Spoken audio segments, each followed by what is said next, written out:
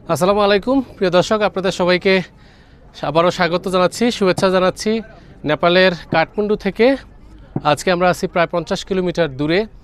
এখন যে জায়গাটিতে অবস্থান করছি সেটি হচ্ছে একটি পাহাড়ের সর্বোচ্চ চূড়া, তার উপর একটি ওয়াচ টাওয়ার রয়েছে সেখানে।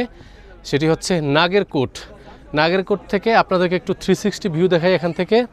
এই যে এদিক থেকে শুরু করে যে এই পাশে কাঠমান্ডু হচ্ছে ওইদিকে, তারপরে এই যে ঝাপসা মেঘলা দেখা যাচ্ছে। এই পাহাড়গুলোর উপারে সাদা মেঘের যে ভেলা দেখতে পাচ্ছেন, এই সাদা মেঘগুলো কিন্তু হিমালয় পর্বতমালার যে সর্বোচ্চ শৃঙ্গগুলো রয়েছে ওই শৃঙ্গগুলোর উপরে যে বরফ পড়েছে, একটু দূর থেকে নেন না তো, সেই পর্বত শৃঙ্গগুলোর গায়ে যে বরফ পড়েছে সেই বরফগুলো সূর্যোদয়ের সাথে সাথে যখন তাপ বাড়ে, টেম্পারেচার বাড়ে, তখন কি হয়, ওই হিটের কারণে বরফগুলো বায়বীয় হয়। তো বায়বীয় হয়ে মেঘ আকারে ধারণ করে ওই পাহাড়গুলোর গায়ে সেগুলো লেগে আছে। তো এই হচ্ছে নাগেরকোট থেকে হিমালয়ের সর্বোচ্চ বিভিন্ন পর্বতশৃঙ্গের চূড়াগুলো আপনাদের সাথে শেয়ার করছি। আমরা ঘুরছি, আমরা দুর্দান্ত দারুণ সময় কাটাচ্ছি।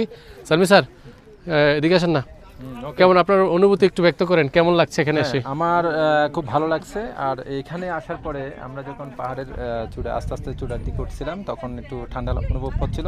আর এই টাওয়ারের উপরে ওঠার পরে মানে টাওয়ারের একদম চূড়া ওঠার পরে মনে হচ্ছে বাতাসগুলো প্রচন্ড ঠান্ডা, খুবই ভালো লাগছে। যত উচ্চতায় উঠছি তত ঠান্ডা বাতাস আসতেছে, খুবই ভালো লাগছে। আর এখানকার দৃশ্যগুলো দেখে মানে অনুভূতি আসলে ভাষায় প্রকাশ করার মতো না। আসলে সচক্ষে দেখতে হবে, এভাবে আসলে ভিডিওতে দেখা যাবে, আমাদের কাছ থেকে হয়তো শোনা যাবে, কিন্তু খালি চোখে দেখার যে আনন্দ সেটা আসলে বলে বোঝানো যাবে না। It's amazing. এটা আরেকটা স্বপ্নের বাস্তবায়ন হলো। আমরা নেপালে এই নাগেরকোটে এসে হিমালয়ের পর্বতমালাগুলোকে দেখছি।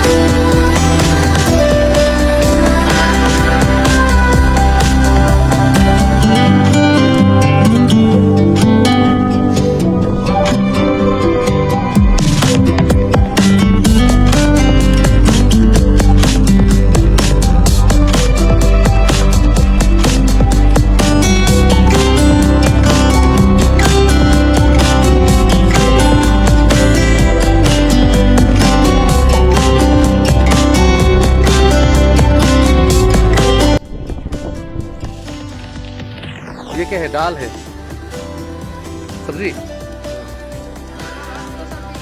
मटर वाला सब्जी है। ये पकौड़ा, ये चना बोलते हैं या छोला? चना, पोटैटो, आलू, समोसे।